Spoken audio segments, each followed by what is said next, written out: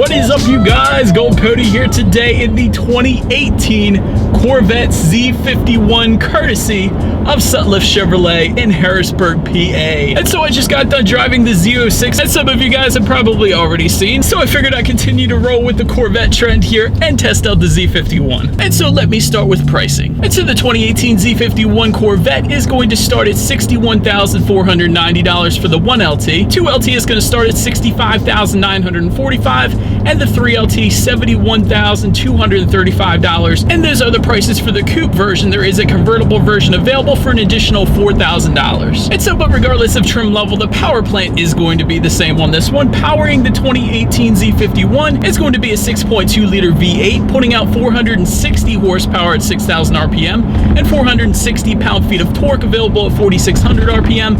Power is going to be sent to the rear wheels through your choice of either a 7-speed manual with active rev matching or an 8-speed automatic with paddle shifters. And so when you add that all up together, the 0 to 60 time is estimated to come in at around 3.7 seconds. And in case you were curious, MPGs come in at 16 city, 25 highway using premium unleaded fuel. And having the Z06 acceleration fresh in my mind, let's give the Z51 a shot and do a quick little acceleration and see how quickly we can get this one up to speed.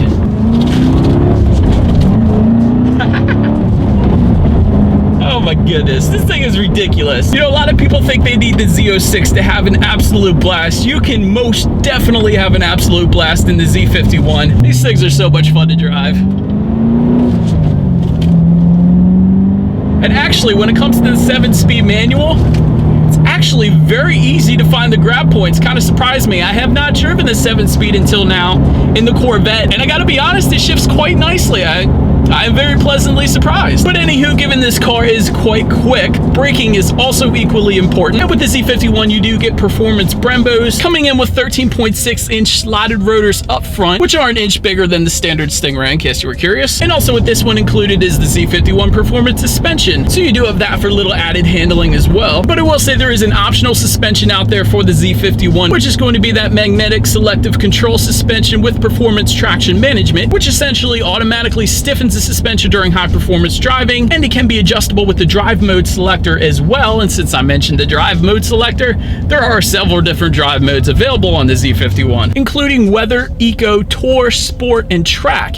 And what those driving modes are going to adjust are things like the steering sensitivity, the magnetic ride damping, and there's going to be some slight gauge cluster differences, as well as throttle response and shift points are also going to be adjusted. And when I say shift points, of course, that only applies to the automatic version, not the manual. And then last thing I did want to mention is when it comes to visibility, big 6 feet tall, I have no issues looking out the back window. Honestly, I can see perfectly fine, so no issues for me at least. So then enough with the driving dynamics, let's check out the exterior. And so up front, there are HID headlamps to the sides. There is that chrome bar up front in the front bumper there. And on the hood, there is added hood ventilation to help the engine breathe a little bit. That's always nice. And then making our way to the side, there are heated power adjustable body colored side mirrors. And there is a body colored carbon fiber removable roof panel, as expected with Corvettes. And I will say on the inside here, I actually like the quilted pattern that this one has in it. Definitely a high-end feel, and I'm a huge fan of that. Just wanted to mention it. And when it comes to that wheel setup, standard setup is going to size up at 19 by 8.5 inches up front and 20 by 10 inches in the back. Of course, with this being a rear-wheel drive car, that is the reason for the staggered fitment. And those wheels are going to be wrapped in Michelin Pilot Super Sport summer tires. And then moving our way around back, there is a rear spoiler. It comes standard back there. And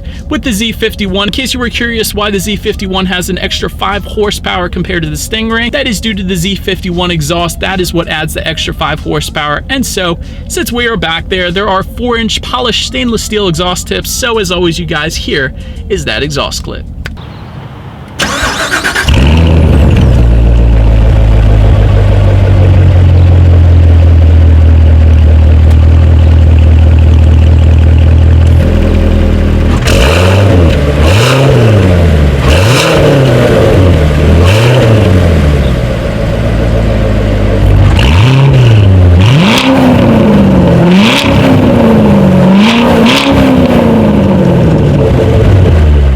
Now since we are around back, if you were curious on how to open that rear hatch, there is a button just by the driver's left knee, but there also is a button on the key fob to unlock that rear hatch. And once opened up, cargo capacity is going to come in at an even 15 cubic feet. And there is a secret compartment I did want to mention back there as well that is pretty sweet. That gives you a little hidden storage, a little 007 kind of style, pretty nice in the Corvette. And there are more of those hidden compartments, which I will touch on in a little bit.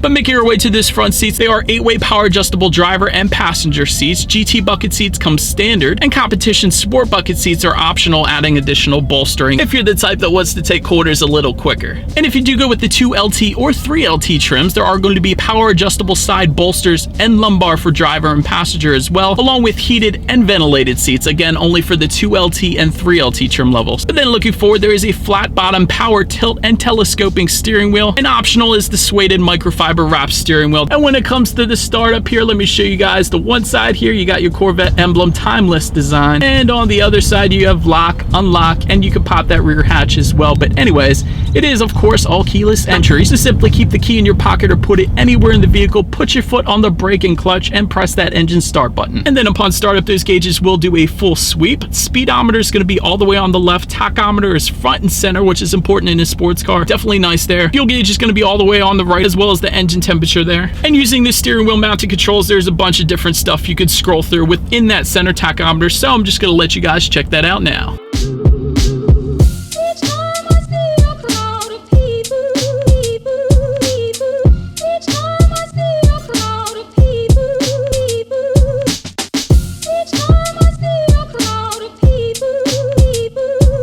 When it comes to overall interior quality, first thing I wanted to mention is there is a universal home remote, meaning the garage door openers that come with the car. That's going to be standard on the 2LT trim and up. Also with those trim levels, you do have an auto dimming rear view mirror as well. But all trims are going to give you dual zone climate control with an air filtration system, so both driver and passenger can set their own temperatures there. And of course there is reduced pollen as well because of the air filtration system. So that's a nice little feature if you have allergies. But overall, I did want to mention, as far as overall interior quality goes, this one is spec'd absolutely beautifully with the white exterior matched up with the red and black interior, along with the suede microfiber trim in different parts of the vehicle. Definitely spec'd out very well on this one. This is probably how I would set this one up if I had enough money to purchase it. And then when it comes to the tech, front and center, there is a Chevrolet MyLink 8-inch color touchscreen display. And once again, with those hidden compartments, if you hit that screen button, that screen will scroll down, giving you a ton of additional storage to hide whatever you want to hide behind that screen. And for people that are not familiar with Corvettes, they have absolutely no idea that that is even there, so that is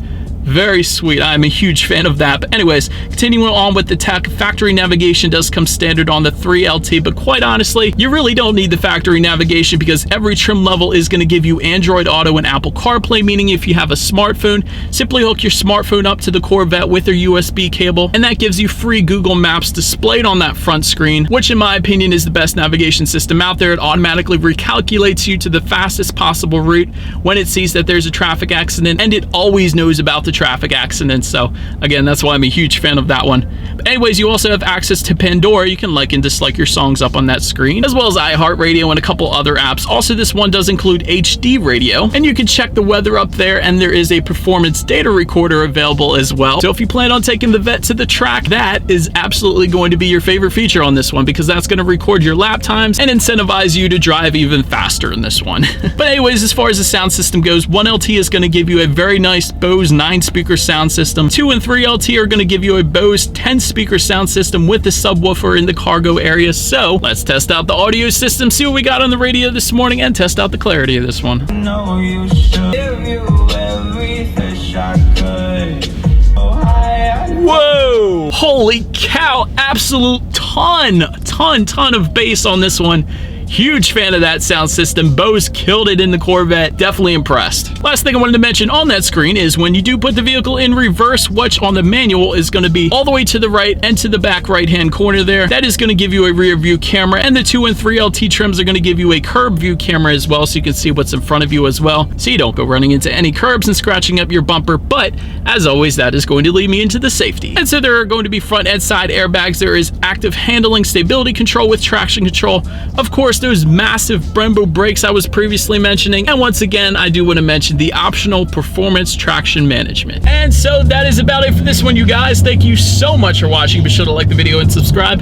Feel free to follow me on the stuff at the bottom of the screen right there, and I will see you guys in the next video. Stay gold.